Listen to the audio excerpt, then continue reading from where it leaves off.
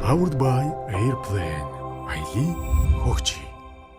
Аюу, юу цэнцлүүлсэн ингээ basketball Kardashian season 2 episode 30 эхэлж байна. Powered by Airplane. Айлын хөгжи. За тийм ямартай ч финал маань дуусах шахуугүй юуж болж итэл ямартай ч эцэст нь 3-1 болж бол финал маань бол дараагийн тоглолт нь 24 нь бол гейм табал болохоор боллоо. Тэгээ бодонс бол ямартай ч эцсийн эц бол ялд байгуул чадлаа. Эхний ялдаа байгуулсан бол баяр хүргэе. За тэгээд өмнөх дугаар дээр хэдүүлээ нэг базаа орч чадаагүй учраас энэ дугаарт 2-7 хоногийн бас таймыг бол нэлээд бодож ярих гэж бодож байна. За тэгэхээр хамгийн ихний онцлог үйл бол мэдээж за гейм 3-ын дараа болсон болон гейм 3 дээр болсон финалийн гейм 3 дээр болсон одоо үйл явдлууд болон одоо сошиал дээр юу болж өнгөрөө хэдүүлээ шууд ярин дараач бодчихно.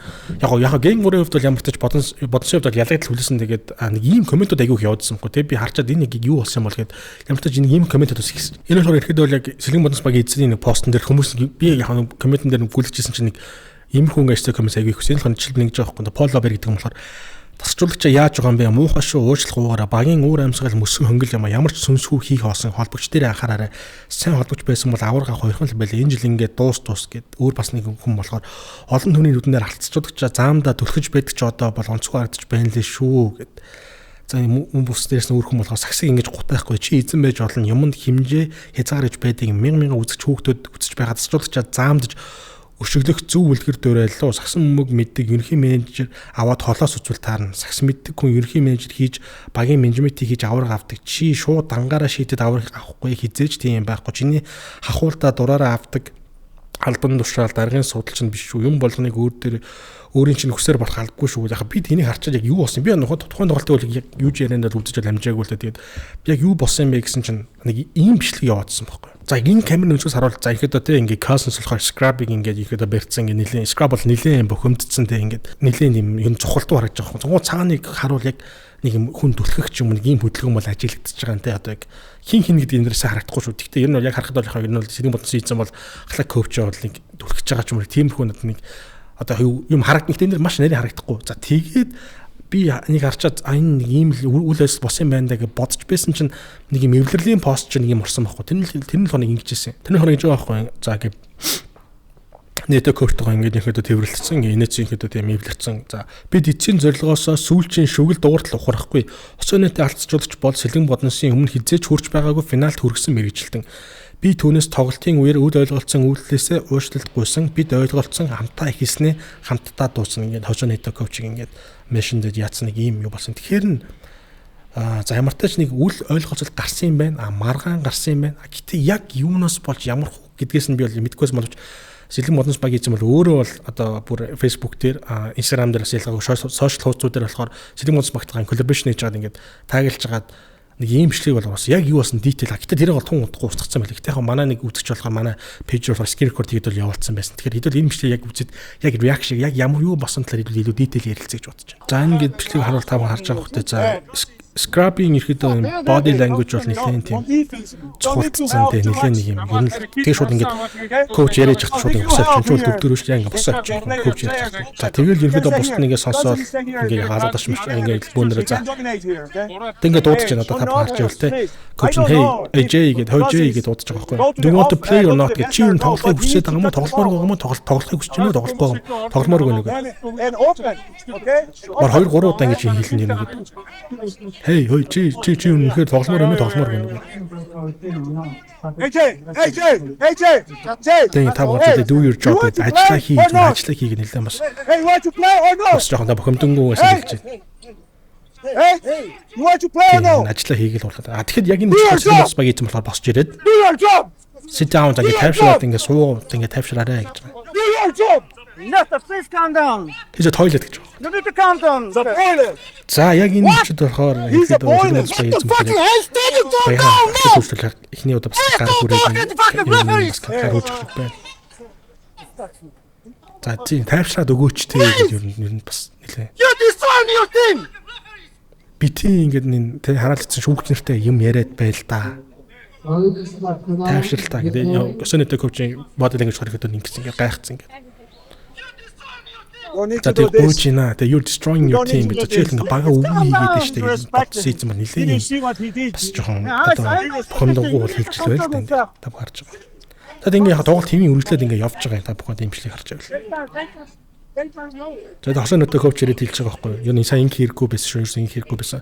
Түүний юу гэснийг харсан биз дээ. За энэ дээр бол ямар ч тач энэ үл ойлголцол ерөөдөө ингэ эндээс харуул scrap болон хошоо нөтө коучерийн хоорондын нэг одоо үл ойлголцоос болоод үүсэн асуудлыг одоо намдаах гэж байгаа бүр одоо юм илүү жоохон одоо нөхцөл байдлыг бас хөндрүүлж өгч хараад байгаа. Яг тухайн мэдлийг харууллаа. Та хүмүүс тухайн мэдлийг үдчихээг яг одоо ямар хуу байсан талаар бол орос комментиксээ санаа бодлол үлдээгээрээ тэгээд ямар ч энэ бичлэг бол ингээд хийгдээ тэгээ буцаа устгасан байлаа. Тэгээ энийг бичлэгийнхаа тайлбар дээр болохоор нэг юм хүч үсэг бичсэн байсан л та. Энэ гэж байгаа. Би тасалжуулагчаа тайвшир гэж хэлсэн гуйсан тэрийг арай эмоцтой хэлчихсэн. Тэрнээс ажлыг нь заагаагүй заахгүй цаашдаач заахгүй дараа нь энэ бичлэгээс хойш 10 минутын орчмын дараа нэтгээс өөрчлөлт гуйсан багаа хяналтгүй орхиж болохгүй ажлаар хөгжүүлээд хийгээч гэж. Гэвч тэр энэ миний сүүлчийн тоглолт надаас холд гэсэн.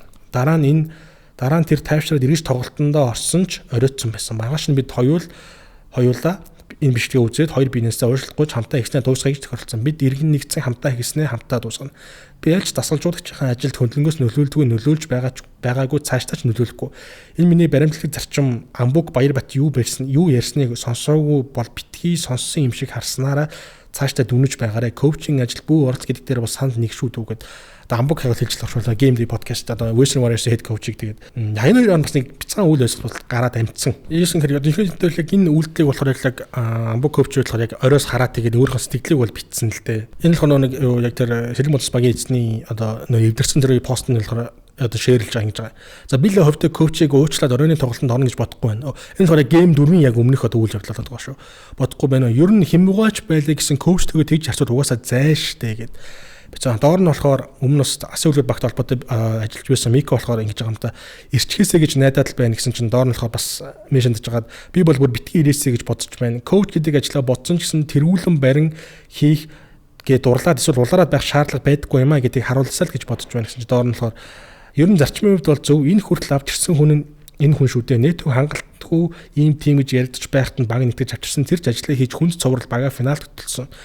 Гэтэл тэр хормын тавтаргүй байдал нь гаргасан маш буруу. Ирчгээсэй гэдэг хүс найдал баг бүрэн бүтнээрээ тэмцэлдээ дуусаасай л гэж бодож байна гэх. За мөн дээрээс нь тэгээд яг одоо яг энэ ширсийн дараа шууд Сэлэг Модс багийн эзэн болохоор шууд бас мессенж аа иймэрхүү постыг бичсэн л энэ л хоног жаа. Коуч битээр тоглолтын дундор хоорондоо юу ярилцсан гин одоо хажууд байсан юм шиг байна шүү дээ та. Хоёр хүн уучраа олцоход байхад хооронд нь саяхаа болжход зүгээр дээ те. Нэтөө ирээд хэрэггүй гэж зөвлөдөг нь бол чи бичлээ гэдэг бас нэг иймэрхүү өнгөстэй постыг бол бичсэн. Доор нь бол мэдээж бол комментод бичсэн байлаа. Энэ болохоор би зөвлөөгүй. Коуч гэдэг позишноо бодоод л битгий ирээсэй гэж бодож байгаагаа л хэлж байна. Хүссэн үедээ коучтойгоо ингэж харьцаад уушлах угаад л бид хоёр уучраа олчихсон гэд яваад байж болохгүй байх. Би тэгтээ яг үндэ яг хажууд чинь байсан ч хараагүй юм аа гэсэн чинь тэгээд доор нь мессенж жагаад юу гэсэн энэ хэлэлтэй гэсэн чинь болохоор дон дахиад мессенж жагаад яг тэгж хэлсэн бол зөвл хэлж гаднаас бол тэгж харагдаагүй. Нэгдүгээр хоёрдугаар би коуч нэтөө тийм зүйлд гомдоод коучийнхээ болоод шууд тоглолтын тийчт нь хаях хүн гэж бодохгүй байна уу.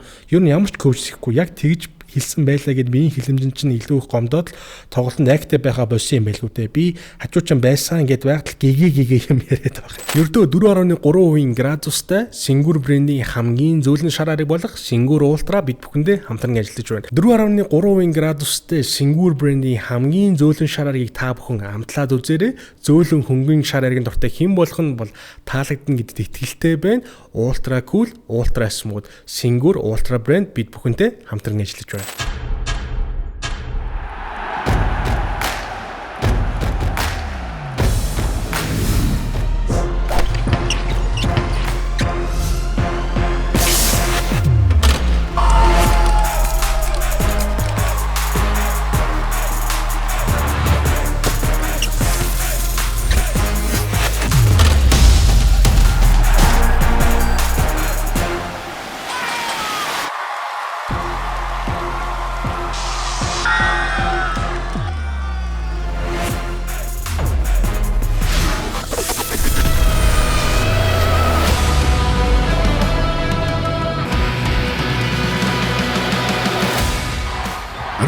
жилийн турш Монголын сагсан бөмбөгийн хөгжлийг хамтдаа бүтээсэн Сингур брэнд 18 years of emotions. Эндээс яг тухайн асуудал дээр болохоор SJPS багийн эзэн болохоор өөрийнхөө байр суурийг бол илэрхийлсэн л дээ. Хошоонойтой бол уг нь маш мэрэгжлийн хүн, бас жинхэнэ джентльмен хилдэг зөөлөн хүн. Тоглогчдыг базах захираг биш бид мэрэгжлийн хүмүүс учраас бүгд хийж хамтран ажиллах ёстой гэдэгт итгэдэг байсан. Тэр нь ч Монголын нөхцөл байдал өмнө ажил байсан гадаадуудын харьцуулахад манай тамирчид мэрэгжлийн болж амжаагүй тул тохирохгүй байсан учраас түүнийг ажлаас нь чөлөөлж 2 сарын цалингийн нүгч нутаг буцаасан. Бидний ярилцагт муу байгаагүй. Найзууд болсон байсан. Сүүлд одоод тоглолтын дараа бид бие биенээ тэврээд уйлгашсан. Наба Ибс хожигдсон бол амиа хорлохын наагуурын болох байсан. Нето бол харин хожиж өгсөн баатар юм шүү. Харин эргээд түүнийг талбай дээр багийн эзэнгийн хүндээ түлхүүлээ дээрлэхүүлгийг харах үнэхээр харамсалтай байлаа. Бид мэрэгжлийн байхгүй бол цаашид Монголд ирхэн олдохгүй л болох нь байна шүү. Монголын амьдралын нөхцөл байдлыг яа гэж найрч авчирч байхад дээр нийт мэрэгжлийн бас оркуудтай гээд олон улсад олон дахин сонсоод байвал ирэх хүмүүс нь зугтааж байна дандаа тийм гологдмол хүмүүс л ирэх байх таа гэдэг утгатай постыг бол бичсэн байсан. Тэгээд за тэгээд тухайн асуудалд бол ерөнхийдөө бол хичнээн ямар ч коуч одоо тэгж тамирч хооронд харилцаж байгаа бол миний бодлоор бол яг энэ бол гайс миний л бодол ч гэдэг яг багийн эзэн хүн бол яг тэгж коучийн ажилдаа хажуугад нь оролцож 50 байхыг яг хэлэх нөгөөг өөрөө бас яг одоо тэр хүнийг зүгээр үнэхээр цалинжуулаад тийм мэдлэг чадварыг нь ашиглая гэдээ авчирсан бол зүгээр л яг тэр хүнийг ажлын л хийх ёстой гэж би бол бодож байна. Тэгээд ер нь нэтик коуч бол ялцчгүй бодсоог бол өмнө хүргэж байгаагуудын тавцанд нь тийм финалд авчирсан хүн бол гэвэл тийм учраас энэ хүнд бол яг бүх эрх мэдлийн нөгөөд алдсан ч энэ ч бол яг нэг багийн ахлах коуч зүгээр тамирчинтайгаа хоорондын харилцаал энэний асуудаас болоод нэг иймэрхүү зүуд болоод бол өнгөрж ин тэгээд ямар ч яг биенд нь өрөх бол мэдээж бол маш ёс зүгүйтэл бол байсан гэдэгт бол бас надад бол бүхэн 100% нийл санал бол нийлэх байх гэж бодож байна. Тэгээд ямар ч гейм 4 дээр бол сэлэн болон соёлын хяналт байгуулж чадсан. За мөн гейм 3-ыг зал бас их ярих юмтай болсон. Та бүхэн анзаарсан бол мэдээж гейм 3-ын дундуур болохоор Cousins бол азуу өртөө нэг контактлаа толгойг нь бол одоо жичлээд их үүдээ нэг контактлаад бол янцсан. Тэгэхэд бол мэдээж багийн том нь болохоор мэдээж өмөрөлгөө хөвтэй багийн ханд тэгээд нэг тим болоод авсан. Яг гол нь энэний учир юм байгаа баг нь 2-0 хожигдчихээн цувралын маш чухал 3 дахь тоглолт. За тэгээд одоо тийм хэмжээний том тамирчин бол тийм ямар хүү үйлдэл гаргуул одоо тоглолтоос хөөгдөхөө техник хуу гэдгийг маш сайн мэдж байгаа учраас одоо тэр болохоор тэр үйлдэлд үнэхээр өөрөө биеэ барьж чадаагүй эсвэл яг тийм одоо үнэхээр яг тийм одоо хожих хүсэлгүй байсан ч юм уу тэрний бол би бас жоохон гайхсан. Яг яагаад тийм чухал мөч тэгж биеэ контролдож тийм том хэмжээний тамирчин биеэ контролдож чадахгүй мэн нэг дээр бол бас би жоохон гайхчил байсан тухайн тоглолт. За тэгээд Cousins-ийн хувьд бол нэгэн бас SS бол чат бол дэлгэгдсэн шүү дээ. Энэ болохоор энэ хагнаас болохоор ингэж нэг иймэрхүү өнгө аястайгаар бол дэлгэгдсэн тухайн Cousins-ийн тухай яриа бол. За энэ болохоор ингэж байгаа хгүй. За my resume outmatched everybody in the league combined era dig. I ain't got shit to prove to motherfuckers that can qualify for basketball outside of their own league. За энэ бол нэг ийм одоо англи өгүүлбэр бол бичсэн байна. За энийг болохоор орчуулгатаа юу гэсэн чинь за миний гаргасан амжилт энэ лигийн бүх гүлгэнүүдийг нь илүүсэрч илүү хол эргэтэн минь хөх өөрсдөө энэ муу өмхий лигээс өөр хааж тоглож чадахгүй муусай лалруудад батлаад байх зүйл байхгүй. За ингэж бол орчуулга бол хийхгүй л дээ. Яг орчуулга хийж болно. Гэхдээ энэ бол too much хэтрүүлэгтэй орчуулга байна гэж би бол харж байна. Тэгээд хамгийн гол нь яг ингэж байгаа. За нэг ямар хүн гэдэг нь одоо л тодорхой байгаа. Энэ болохоор нэг хүн болохоор нэг it's time to go home гэж Cousins-ийг одоо меншн стори эзэлсэн байлээ л да. Бодвол Broncos-ийн фэм шиг байна. Тэгээд тэгсэн чинь can't wait to bitch гэж за энэ хүлээж дискүнэ те зөвлөгч минь гэж за энэ дөр хараад хэлж байгаа. Тэгсэн чинь хамгийн ингээд юм жоохон жодоггүй ч юм уу тийм болохоор өөрөө бичсэн шиг ингээд blurred ингээд хавлахгүй ингээд ихэд бас нэг 2 3 урт өгүүлбэртэй бичсэн байгаа байхгүй юу. Харуулаагүй тэгснэ одоо саяны одоо энэ Cousins-ийн хоёрыг ингээд хийгээд ер нь л ямар ч одоо сагсан мөнгө биш зүгээр ер нь одоо хувийн зүйлд бол ямар нэгэн хүний одоо хувийн орон зай одоо нээсээс ч юм уу чатыг дэлгэх хүний чатыг дэлгэх бол ер нь жоо увайгүй үйлдэл гэж би бол бодож байна. Тэгэхээр энэ дээр бол би бол Cousins-ыг одоо ийм зүйл шөмжлөл гэхээсээ илүү ингэж ер нь ингэж хувийн юмээ дэлгэсэн дээр нь би бол жоо увайгүй л гэж бодож байна ер нь бол. Тухайн асуудал дээр болохоор тэгээд MB talking гişүн ялтлахаар өөр хүнс болыг илэрхийлсэн байлээ л дээ. Энэ болохоор ингэж байгаа. Орчуулгатай өөрийн өнгө үзэмжийг нэмэх аюултай тоглоом шүү. Эхлээд Cousins руу хин нэг нь битсэн болтой юм. Зөвхөн Cousins-ийг тасаж оруулаад нэмж жаглаад байх нь өөрөө зохисгүй. Эхлээд битсэн юу гэж үтсэн ч юм бэлээ. Ямар ч өнгө аясаар битснээс хамаарна. Яг үнэ. Одоо тэр Blurts хэсэг дээр юу битсэн гэдэг чинь маш сонирхолтой байгаа байхгүй. Хоёрт нь болохоор Cousins-ийн битсэн үг улсаасаа өөр лигт тэнцхээргүй новчнуудад би юу ч батлах албагүй. Миний намтар энэ лигийн тоглогчдын нийлүүлснээс ч илүү гэж хэлснийг одоо нэлээд хачирсан байна гэж байгаа. Хэлсэн үгэнд нь үнэн зүйл би Олимпийн авраг Америкийн ширхгийн гарааны 5 NBA бүх одоо Блитлийн багийн гишүүн эд үдээ лигийн хамгийн шилдэг төв мөн биш гэж яригдаг байсан намтар нь үнэн үүсэх аргагүй. Бас манай лигийн тамирчдын намтар нийтэд гүйцэхгүй нь бас үнэн. Гэхдээ байна Монголын баг NBA 20 тоглогчтой багийг финалд шүүрдэх гээд явж байгаагаар нь бий бол бахархаж байна. Зарцуулж байгаа мөнгөнд нь маш ялгаатай хоёр багийн баг төсвөртэй багийн шсэн бөмбөг бол багийн спорт гэдгийг харуулсан илрүүгч байгаад харахад сайхан байна. Харин авах гээхийн ухаанаар хандаад санчраас өөр гадны лигт өргөцсөн тоглогч хэд байгаа бэлээ. Одоо бол Барса Азаа гээд гадны лигүүч газардахгүй лигоноор болох чадамжтай залуучууд гарч иржээ. Тийм байгаад гадагшаа гарч тогтоосоо гэж давруу зүд хүсдэг болсон. Тэгэхээр агент гэдэг дараагийн шатны хөгжил нь хэрэгтэй гэж юм бодогдож байна. Түүнээс биш авчирсан алдар нэр хүнтэй тоглогч өдөж юм бичингүүдэд тэрийг сэвэд хандлтын араас явах онцгүй санаа. Учрыг нь жолохгүй зарим хүн чатар нь юу гэж бичиж байгаа бол гэхээс яс хавталцаж байна. Олон гадны лигүүд өргөддөг тоглогчтой болсныхоо дараа хожигдсондоо шалгаж байныг хараад тайван өнгөрдөг болно шүү дээ. Зарим хүмүүс нэлээд хүмдэр хүлээж авч байгаа харагдлаа. Тайван аж ууж байгаарэ. Манай лиг санаанд нь багтаад байгаа хүн л одоо 3 тэгдүүлээд байж байв гэж тий. Нөгөө талаар сайн лигоноор авчирсан ялдаг биш сайн баг босны ялдаг гэдгийг харуулсан л одоо үрдэн болж байна. Ер нь Америкчууд ярианда хараалчлал маш ердийн бөгөөд ердийн үжигдэл түүнд доромжлоод байгаа утга гайс нь манай ойлголт харьцуулах бага шүү гэд. За нэг юм бичсэн байгаа. Мөнөөс нь Эмитокийн гишүүн амарчин болох нь бас ингэж байгаа. Олон зүйл зэрэг үнэн байж болох уу? Космос үнэхээр сууг байна. Азад халуулж байгаа нь үнэн. Ялагдсандаа эсвэл бусдын үгэнд шатсан нь үнэн. Манай тамирчдын их нь өөр газар тоглож чадахгүй навчнууд гэдэг нь ч үнэн. Манай саксын лиг үнэхээр хөгжиж байгаа нь ч бас үнэн. Гэвч энэ лигт ялж ялагдах нь Космос төвч хамаагүй ямар ч үн цэнэгүй нь бас үнэн.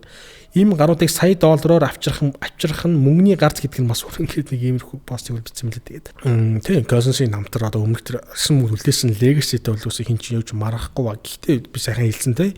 Одоо хувийнхаа чатыг ингэж дэлгээд өөрийнхөө симплердад гэдэг бол ер нь өвээгүүл зан гэж бодож байна да. За хэдүүл энэ дээр яг Космосын энэ жилийн стат өмнө жилийн статыг бол харьцуулж ярьж болж шүү. Энэ л ингэж 2025 болохоор 23.3 оноо 12.5 самраас мөнгө авалт 4.2 дамжуул 52% татганы хувьтай байгаа бол за харин энэ үйлдвэрлэлд чинь Космосын 13.6 за бараг 10-аар багассан. За самраас мөнгө авалт 9.5 3-аар багассан. Ашигтай дамжуул 2.6 бас багассан. Довтлооны хувьд 45.7 ерөнхийдөө яг бүх талаараа Космосын үзүүлж байгаа нөлөө импакт бол багасна уу гэвэл тийм энтэй бол 100% нийлнэ. Тэг ямар ч тач нэг ийм асуудал болоод яг Космосын хувьд дөрөвдөг тоглолтын болохоор ямар тач алдаага засаад бол багтаа бол хожиг бол байгуулж чадсан да. Тэгээд финал юу болох нь цааш хэлбэл бүгд нэр харцгаая. Өнөөдрийн BTF-ийн аддасын дугаар хэлүүлээ Harden Wall-аар All-Star. Тэгэхээр 2026 оны 2 сар одоо Сан Францискод босон All-Star үеэр одоо энэ хүү загвар гаргасан. Энэ нь болохоор Harden болон Adidas брэнд одоо 10 жилийн ойг тэмдэглэж буй milestone загвар байгаа юм л да. За тэгэхээр мэдээж хэрэг тухайн Harden Wall-аар All-Star тэр бүтэн уулны light boost технологи болон light destroy технологийн хамтаа байснаар дээд зэргийн зөвлөл мэдрэмж мэдрүүлэлт гадна таны хурдыг нэмэгдүүлдэг. За тэгэхээр хэрвээ та бүхэн Harden Wall-аар-ийн All-Star-ийн яг эсвэл BTF-ийн Adidas-ийн 3 салбарт нь болохоор 36-аас 45 сая цэнгэлээр бүгдээрээ байгаа юм билээ. За тэгээд Harden Wall-аар үйл ямар ч 2026 онд сайн Францискод босон All-Star бол онцлог пүүзний нэг байсан. Мөн та бүхэн сайн харуул энэ пүүзлэх нэлийн юм гэлэлцсэн юм shiny юм chain шиг байгаа. Тэгэхээр Harden Wall-ийн уунаа дээр гардаг шиг юм chain шиг юм гэлэлцсэн мөнгөлөг оруулж өгснээр болохоор бас онцлог болж байгаа юм билээ шүү. За тэгэхээр энэ дугаар бидэнд хамт хэлсэн BTF-ийн Adidas. За харин яг энэ Facebook-ийн ийм халуун юм бужигсан юм те хэрүүл мараа ховж ивтэй байх үед бол Рассын үлгүүд багийн одоо Барс болд болон бэлгүүний хувьд болохоор хооронд ийм хөгжилтэй юм болсон л да. Энэ л болохоор ингэж байгаа. Йоо за баярлаа нүүр номын найз болсон. Тэгээд бэлгүүнийг болохоор мэшин зэн болохоор дөнгөж одоо тэ Facebook-ын хүсэлтийг бол accept хийсэн мэн. Энэ л болохоор 2-3 жилийн багт олчод тэгээд одоо өөрт хүсэлтийг аваагүй байсан юм шиг байна. Тэгсэн чинь доор нь болохоор комментэн дээр ихсэн байл л та. Сайн тоглосон гэд хүсэлтийг ч авлаа шүүгээ. Бас нэг яг энэ хоёрын хоорондын харьцааг бас ямар хөө гэдэг энэс харуулж бас болж байгаа бах. Тэгээд бас нэг хөгжлөө зүйл болоод өнгөрсөн байлээ. Мөн дээрээс хөлгүүдийн хувьд болохоор өөрсдийн гэсэн дуутай болсон байлээ. Young Mochi-тэй хамтарсан Broncos гэдэг дуу. Ихэд бол бас нэг одоо visual одоо хийц талаас бол маш өндөр түвшний клип болсон байлаа. Харин яг дууны хувьд яг хоногшсон уу одоо тэр одоо директ дууны үгэнтэй яг хүмүүс хоногшгүй гэдэг дээр л би нэг жоохон бас бодсоо. Тэгээд ямар ч чинь өөрийн гэсэн дуутай болж байгаа 3 дахь баг. Ямар ч Risky Doll шоу гэдэг бодносын дуу байна. За тэгээд гинжин We Outside гэдэг SJB-ийн дуу. Одоо энэ болохоор Broncos-ийн одоо Moji-тэй хамтарсан collaboration бол ямар ч YouTube дээр орсон мэт та бүхэн тэгээд сонсч амжиг болгоо бас сонсч үзээрэй. Ямар ч бас хийцлэв бол маш чанартай дуу болсон байлээ. За бид дараагийн хэлсэд болохоор за ямар ч хөлгүүдийн бол угсаа бизнесийн тоглолтын налид одоо явцсан онгоцноо нисцэн сууж байгаа. Тэгэхээр Asia Todd гэх тоглогчтой болохоор гэрээ байгуулсан. За Asia Todd-ийн хувьд болохоор 2001 онд төрсэн 2 м 6 см өндөртэй ерөөд SFPF-ийн байрал тоглолт Грис Инглер хэмжинтэй. За ёстой хурд байна. Олон талт тоглолт шийдэлт маш сайтай. Нэг тийм хүчтгүйгээр юм систем маш сайн тогтдог. Ихэдээ бол за уусаа хөлгүүд та бүхэн бидэнд хөлгүүд ер нь импорт дээр нь алдчихсан одоо ер нь байхгүй учраас Азия тоод бол ерөнхийдөө хөлгүүдийн хувьд бас нэлээд магадгүй дараа жил Миллерийн оронд бид Азия тоодыг харахыг үүсэхгүй байх ч үгүй. Хэдүүл энэ BC дээр бас харъя те ямар тоглоно. Бид манайхыг жоо харж үзлээ. Манайх нь болохоор ингэсэн юм. Ямар ч сүүл Тайваны P-лиг болохоор Jordan Chimangaтай болохоор Kaohsiung Steelers гээд багс хам тоглож ирсэн юм байна. Тэгэхээр магадгүй бас холбогдоход нь одоо Chimanga ч юм уу бас тодорхой үрийг үүссэн байх бол үгүйсэхгүй те. Тэгээд тоодын хувьд болохоор high school-д 5-star recruit гэсэн юм лээ. 5 ооттой. Тэгэхээр ихэд бол драфт орох маш өндөр чанстаа гэдэг тийм үнэлгээтэй тоолсон. Тэгээд уус YouTube дээр хайлайт мэт юм хэлээд одоо та бүхний бидний сайн мэдих Jalen Green гэдэг high school-д prolific break bat тоолсон юм хайлайт дээр нь болохоор YouTube дээр бас байд юм билээ. Та бүхэн сонирхол бас үзэхгүй үү. Тэгээд гол нь мань нөхөр болохоор коллежийг скиплсэн билээ. Коллеж тоглоог шууд NBA одоо Ignite гэх баг байдаг програм байдаг. Энэ болохоор NBA одоо зарсан 2020-с 24 оны хүртэл явсан хөтөлбөр байдаг. Энэ багт одоо Scoot Henderson, Jalen Green, Kuminga ч юм уу тиймэр тоглолт багтчихсан. Тэгэхээр Ignite гэдэг багийн талаар яг би товчон тайлбарч гэж бодож байна. Энэ би ихэд энэ програм байдаг $500,000 хүртэлх юм цалинтай тоглох боломжтой. Энэ болохоор яг ихэд зорилго нь болохоор high school-ээсээ college тогломоргүй шууд одоо мөнгө олоод одоо тиймэрхүү бодит team experience бодит туршлагыг одоо авахыг хүсэж байгаа юм маш тийм цөөхөн тамирчид олддог NBA болон одоо олон улсын high school тоглодог тоглолт одоо олддог юм боломж юм байл л дээ. Тийм одоо баг юм байл. Шууд ер нь танаас NBA драфтлах chance маш өндөртэй юм. Тэгээд манайх болохоор 2021 онд драфтын 31 сонголтоор болох Washington Wizards багтаа болохоор гэрээ бол хийж ирсэн юм байна лээ. Тэгээд яг нэг гэдэг баг нь яагаад зогссон бэ гэхээр NIL гэдэг одоо name image одоо likeness гэдэг инсэд гараад ирсэн. Энэ болохоор NIL-ээр мөнгө олох боломжтой болоод ирсэн учраас NCS тийм боломжийг бүрдүүлсэн учраас Ignite гэдэг бол програмаа зогсоосон юм байлээ. Тэгэхээр цөөхөн ийм бас ихэд бас нэлээ олон хүмүүсийн өрсөлдөөнөөс гарч ирээд тэр багт орж ийн гэдэг чинь ихэд бол бас нэлээ эвгүүл гай гэж би бол бодож байна. Тэгээд ямтаач түүний тоглолтыг бол маш их хүлээж чинь. Тэгээд ямтаач бас өвдгүүд баг болохоор BC-ийн хугацаанд Азия тоодтой гэрээ байгуулсан. За бидний дараагийн сэдв болохоор за BC Knights багтай холбогдож байна. За тэгэхээр би нэг юм шуум сонссон юм л та. Мэдээж Francis Vasilis coachтай болохоор head coach гэрээ байгуулсан. Тэгээд мэдээж Vasilis coach бол уус staff coaching staff-ийн баг өөрөө л бүрдүүлнэ. Уус бүх тэр их мэдлийг өөрөө авч иж л уусаа Knights-тай гэрээ байгуулсан тодорхой. Тэгэхээр яг ийм хоёр шуум гараад байна. Уусаа би өмнө бас хэлжсэн дөө за анар коуч бол мэдээж тийм майнерс багт одоо би өөрөөхөд бас ментор гэж боддог байхгүй юу. Тэгж бас хин харагддаг. Vasilis coach болохоор яг анар коуч болох менторлог юм шиг санагдав. Тэгэхээр мэдээж assistant coach-ор бол BC Knights ах нь бол ерөнхийд бараг тодорхой болоод энэ бол бараг шуум гэсэл би бол ер нь бол тодорхой болтон гэж бодож байна. Харин маш сонирхолтой шуум нь юу байгаа гэхээр ихэд метал багтай ажиллаж байсан тамжид коуч бас BC Knights багийн коучинг стафф орж магадгүй гэдэг юм шуум байна л да. Энэ болохоор яг мэдээж метал багш одоо хүртэл яг метал багтайгаа яах нь үеих нүгдэн л одоогоор тодорхой байгаа. Хэрвээ гэхдээ энэ нэг юм аман ярилцсан юм зүйл бол юм тийм. Гэхдээ ямар ч тийм амаараа ярилцсан юм тийм яриад төдий зүйл бол байгаа юм шиг бол байна л дээ. Хэрвээ магадгүй метал баг чөлөөлөх бичгийн нөгөөд ч юм уу эсвэл төр зээлэр коучлох тийм одоо ямар нэг арга олж олоод тэгээд дээдлэгт хэрвээ тамжид коуч болвол ер нь хамгийн өндөр магадлалтай баг нь бол BC Knights баг юм шүү. За тэгээд хэрвээ яг энэ гурван ирэх юм бол коучинг стафф байна гэдэг бол за BC-ийн ер нь коучинг стафф бол маш хүчрхэг яста аюултай боллоо гэж үү. Мөн дээрээс энэс гадна нэг юу байгаа. Энэ зуны уус хамгийн сонирхолтой том одоо шилжилт 8-д нэг болохоор бол уус жижигийн шилжилт 8-ш. Тэгэхээр мэдээж уусаа яг багаас явуулах нь тодорхой металлын ахтай зээлээр тоглох гэдэг нөхцөлөөр бол явуулах гэдэг би бол тийм хамагтай байгаа. Тэгэхээр мэдээж хүн бол те аль болох одоо өмнө тоглож байсан тийм коучтэйг л тоглохыг хүсэх байх магадгүй. Тэгэхээр нөгөө талаараа BC Knights баг бол хэрвээ тамжид коучийг авч чадвал жижигтэй гэрээ хийх магадлал бас нэлээд өндөр боломжийг бол бүрдүүлж ингэж харж байна. За тэгээ яг 100 юу болох хэдүүлэл харж ямтаж нэг юм шуум бол яваад л шүү. Тэгээд энэ дугаар дээр үндэсний дээдлигийн альбиншны app Toki бид бүхэнтэй бол хамтран ажиллаж байгаа. Тэгэхээр та бүхэн Toki app-ийн Diamond-ийн лигийг сонгосноор лигт холбоотой бүхий л мэдээллийг бол нэг дороос авах боломжийг болохоор Toki app нь бол бүрдүүлж байгаа. Мөн дээрс та бүхэн одоо PKM гэдэг үйлчлэгийг бол аль хэдийн мэддэг болсон байх л та. PKM-ийн болохоор яг вэ гэхээр та бүхэн тоглолтын өмнөх таамагаа илгээгээд хэрвээ таны таамагчийн зөв бол хурд эргүүлэх хэрэг аавна. Тухайн хүрдээ эргүүлээ та маш олон төрлийн бэлгүүдийн эзэн болох боломжтой. Тэгэхээр Вьетнамд ажилласан үндэсний дээдлигийн альбиншны app Toki. Хамгийн дараагийн сэдэв болохоор за MCB-ийн финал ус болж өнгөрлөө оюутны лигийн финал. За тэгээд ямар ч CJS баг болохоор түүхэнд анх удаа оюутны лигийн авраг болж үзлээ. Ямар тааш баяр хүргэе бүх баг тамирчтан тэгээд ямар тааш миний харахад л ус сүүлийн 3 тэнцэл нэлээд ойрхон одоо Final Four дүлдэл хожигдоод байх шээс энэ жил ямар тааш тэгээд бүрэлдэхүүн зузаан байсан уу, систем сайн байсан уу, ямар тааш бүгдээрээ бас авраг авч чадсан байлээ. CJS багт бол баяр хүргэе гэж бодож байна. За тэмдэж хэдүүл оюутны лиг ярьсан холбоотойгоор за удахгүй драфт болно guys. 4 сарын 20-нд бол бүтэглэн хаагдах юм билээ. Тэгээд 5 сарын 3-нд болохоор драфтаас нэрээ авах сүүлийн өдөр 5 сарын 14-нд драфтын өдөр.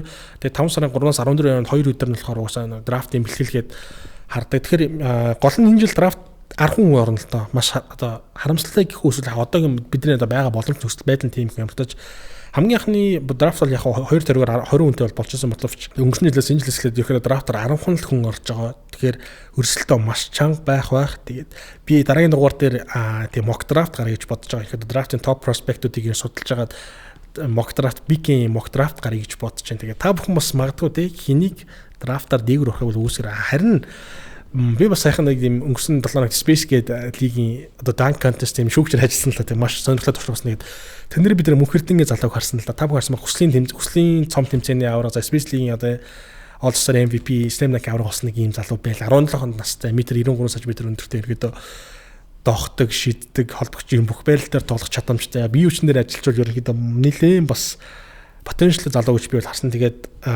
магадгүй high school-ээс бас шууд драфт нэрээ өгөөд орохыг бол үүсэхгүй. Магадгүй MCB-ийг бас алгасыг үүсэхгүйс нэг ийм залуу бол байгаамшгүй. Миний бодлоор бол драфтын хэрвээ магадгүй бас драфтын ихний 5 сонголтоор бол сонгож магадгүй санагдсан да мөхөртний хувьд бол. За яг энэ тэгээд холбоотой сүүлийн мэдээлэл нь ер нь яг нэг юм асуулт байгаа. Ер нь драфт авсан тоглогчдоо багууд яг хөгжүүлж чадчихээн хөгжүүлэлт нь ямар нэгэн байдлаар ингээд оролцоотой хувь нэмэрт яг драфтаар авсан тоглогчоо хөгжүүл одоо ийм биш хэлбэлтэй ингээл драфтаар бага ингээл жижиг багууд бол драфтаар ингээл сандгаж байгаа бага босгоод ингээд бүрдүүлээ явдаг. Яг тэр шиг нэхэд яг тиймэрхүү юмргоо орох нь болж байгаа болоо тий.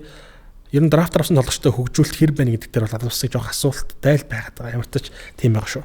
Энэ жил 10 жилийн тохиож буй Monlive спорт хувцас үйлдвэр нь спортын ямар ч хувцсыг бол маш өндөр түвшинд бол хийж гүйцэтгэдэг. За тэгээд та бүхэн өөрсдийн сэтгэл хүрсэн тийм спортын хувцсыг хийлгэхийг хүсвэл би бол Monlive гэж зөвлөж байна. За тэгээд хаягийн хувьд тэгвэл King Tower хотхны 130 дугаар байр нь бол Monlive маань бол байрлаж байгаа. За би дооролох нь усны дугаарыг гаргаж та бүхэн ямар нэгэн спортын хувцс хэрэгэл хэрэгтэй бол Monlive спорт хувцас үйлдвэрлэлд хандаарай. Бид сүүлийн ярилцах сэдв болохоор за Маркус Хаймонс гэх тоглогчтой холбогдож байна. Та бүхэн сайн мэдээ. За ихэд Монгол Sprite Super League болдог багтал маш олон яар тоолж ирсэн байна. Нэг баг Монгол хүн шиг одоо Маркус Хаймонс гэдэг ингээм портолч байт юм да. Сая болохоор 3-3-ийн тэмцээнээр болохоор Монгол гэсэн. За тэгээд нэг иймэрхүү үйл явдал болсон байлээ. Өөрийнхөө юу босноор Facebook дээр бол хуваалцсан байлээ шүү. За энэ нь болохоор ихэд Хаймонс болохоор 3 пост хийсэн байсан. Тэгээд тэр гадаар усч байх шүү гэлээ л дээ. Нэр ингэж байгаа.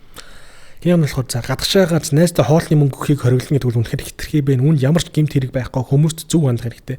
Бид танаа усыг сурчилж байхад та нар бидэнтэй ингэж харьцаж байна. Бид яг ямар гэмт хэрэг хийсэн гэж гав зүйлэх ёстой юм бэ гэж бид өөрийн найздаа залгаж тусламж авах хэрэгтэй болсон. Цагаачтай албаныхаа нэмэлт мөнгө авах гэж байна гэж харагдаж байна. Хин нэгэн Дональд Трамп болон United States Embassy-г тааглаж хүмүүс зохих хүндэтгэлтэй хандах ёстой. Хэрэг бид найздаа мөнгө өгч болохгүй байсан бол зүгээр тайлбарлах хангалттай шүү дээ. Заавал гав зүүх шаардлагагүй. Энэ за нэг ийм пост бичсэн байна. Тэгээд ийм их зурагтай болохоор бичсэн байгаа байхгүй юу? Мөн дахиад нэг пост нөхөр хийж байгаа. Бидний утсыг шалгаж хувийн зургуудыг үзэх гэж байна. Найздаа хоолны мөнгө өгч байхад миний гар утас зургуудыг шалгах эрх та нарт ер нь хаанаас байдаг юм бэ? Дараа нь биднийг албан хаагчийг үл хүндэтгсэн гэд байна. Тэгэхээр камер дээрээс харуулж нотлохж хэлэхэд дуугаа болчихсон. Өрөөнд байгаа бид камер байгааг харж байна. Гэхдээ ухааж үзлийг хүсэхгүй байна. Учир нь харуулах зүйл байхгүй гэдгийг мэдж байгаа. Бид олон удаа камерыг үзүүлэх хүссэн ч үзүүлэхгүй. Бас хуульчилсан гэд байгаа мөртлөө яг ямар хуульчилсан гэдгийг хэлж чадахгүй. Эцсийн нүндээ нэг хүн уулдаж өөрийг нь буруу хацсан гэж бодож байж магадгүй. Гэхдээ энэ нь хүний гавлах шалтгаан биш гэдгийгсэн байна. За үүн дээрээс нь Монгол улс илүү сайн байгаарай. Зуулчдыг ямар шалгангүйгээр дарамтлан үнэхээр байж боломжгүй зүйл ийм байдлаар United States очоод үзтээ юу болохыг харна даа гэд. За ерөөдөө бол бас нэлийн ширүүн гайстай постыг бол бичсэн байлээ. Тэгээд та бүхэн тухайн постны юу гэж бодож энэ комментд санаа бодлоо үлдээгээрэй. Одоо харин хідүүлээ. K-Taving хитэмбэ болонлоо орцгоё. За тэгээс өнөөдрийн Powered by K-Taving хитэмбэ болгоноор хэдүүлээ бас маш сонирхолтой зүйлэн дараа ярилцсанаа. За тэгэхээр гейм 4 дээр болохоор Барселоны хувьд болохоор Kobe 5 Caitlin Clark-ийн өмсөн байлаа. Одоогийн зах зээлийн үнэлгээ нь болохоор 1.6 төгрөгийн үнэлгээтэй пүүсэн байна. За мөн дээрээс нь тухайн тоглолтыг болохоор Шоколад группийн үүсгэн байгуулагч захирал Бацаахан захирлахаар үтсэн байлаа. Тэгэхээр Dior Squash гэдэг нэгэн бас готлыг болохоор өмсөн байлаа. Тухайн пүүсний одоо Dior Squash-ийн үнэлгээ нь болохоор одоогийн зах зээлд 5 сая төгрөгийн үнэлгээтэй юм байна шүү. За мөн дээрээс нь тавх гарсан бол H-Chips багийн амбассадор Од болохоор бас үтсэн байлаа. Одын өмсөн пүүс нь болохоор Nike Dunk Low Lot 50 гэдэг одоо тийм данк гэхгүй. Энэ болохоор нийт 3 сая төгрөгийн үнэлгээтэй бас нэлээд гоё данкийг болохоор хүмүүс өөрөө ч бас Instagram-да story хийсэн баг шиг байсан. Милрээ болохоор Nike Ja Kool-Aid гэх юмсан билээ 700-гийн үнэлгээтэй ч юм уу. Нэг юм хөө пүүсэнтг бол өмсөн байсан. Хамгийн сонирхолтой миний ажилласан зүйл болохоор G-Scope болохоор ямартайч K50 MC-г өмсөж одоо тоослол надад маш сонирхолтой санагсан. Тэгээд магадгүй маань нөхөдөөс таалагдсан байх л та K50 MC. Уус аргагүй шүү дээ NBA тоглосон. Тэгээд одоо NBA стандартын MC зэрэг өмссөн байгаа юм чинь яг тийм их стандартын MC л үсэх хүсэн шүү. Тийм учраас ямартайч тэр филинг нь бас өгж байгаа бодол гэж би бол харж байна. Тэгээд за ямартайч дээдлийг эргэн тойрон одоо хин ямар гоё хувцснууд outfit пүүсүнтэг өмсөж байгаа талаар ярьцдаг. Power by K50 хідэмээ болгоно ингээд өндөрлөж байна. Ямартайч манай бас зураг маань ингээд өндөрлөж байна. Мэдээж Power by Airplane аяллыг хөгж өрөө тавьдаг. Мөн дээрээс нь бидэнтэй хамтран ажилладаг Singur Ultra брэнд, Monlive Sport хувцас зөвлөрлөл, үндэсний дээдлийг аль биесний App Toki, BTF-ийн гэдээс бид бүхэнтэй хамтран ажилладаг үлээ. За тэгээд дараагийн дугаар уулзцаа. Тэр баяртай. Powered by Airplane. Аяллыг хөгж